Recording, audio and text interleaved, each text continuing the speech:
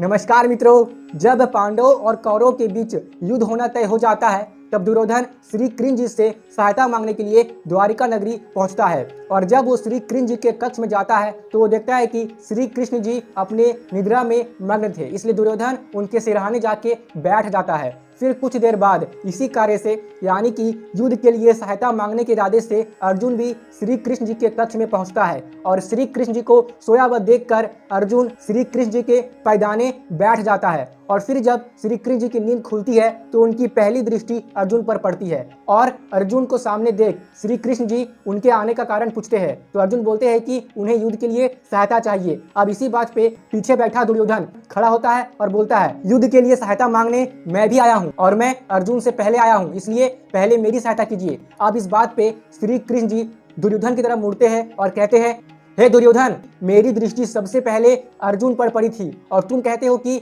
तुम सबसे पहले आए हो, अतः मुझे तुम दोनों की मदद करनी पड़ेगी। तो इस बात पर श्री कृष्ण जी ये बोलते हैं कि तुम में से किसी एक को मैं अपनी पूरी सेना दे दूंगा और दूसरे के साथ मैं खुद जाऊंगा, लेकिन मैं कोई युद्ध नहीं करूंगा और मैं कोई शस्त्र नहीं उठाऊंगा। अब इस बात पर अर्जुन तुरंत श्री कृष्ण जी को मांग लेता है। इस बात से दुर्योधन बहुत ज्यादा खुश हो जाता है क्योंकि वो असलियत में श्री कृष्ण जी के सेना को मांगने के लिए ही आया था और श्री कृष्ण जी दुर्योधन को अपनी सेना दे देते हैं। और जब दुर्योधन वहां से चले जाता है तब श्री कृष्ण जी अर्जुन से पूछते हैं कि तुमने मुझे क्यों चुना, जबकि मैं तो युद्ध नहीं करूंगा और मैं कोई शस्त्र भी नहीं उठाऊंगा।